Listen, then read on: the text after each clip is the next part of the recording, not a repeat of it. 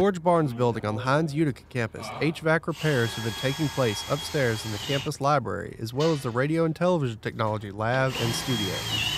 HVAC technician Jared Rice tells us exactly what work is going on in the Barnes building and its impact on student safety in the building. We're cleaning the air conditioner and duct system, and then we're going to come back and spray it with a special paint that stops the growth of mold and mildew and everything like that. It stops the fraying of the insulation, so the insulation is not going down the trunk and everything like that, and you're not breathing in loose particles and dirt and insulation like that. We're already done with everything on the campus. We did, I think, Bobby Cooper Fine Arts building, 2 of the dorm rooms down there, the washateria. We've done about 5 buildings here. Utica Campus Maintenance Director Gregory Watson tells us when the Barnes building should be wrapped, as well as other projects expected on the campus. Yes, we've been doing a lot of HERF projects here, new air conditioners, duct cleaning, air purifiers.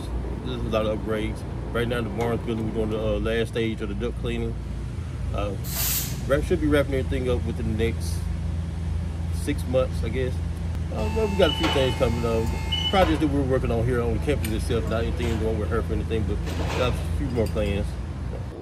A change in schedule to prioritize safety on the Heinz Utica campus. Devin Barnett reporting for WHUC News 7.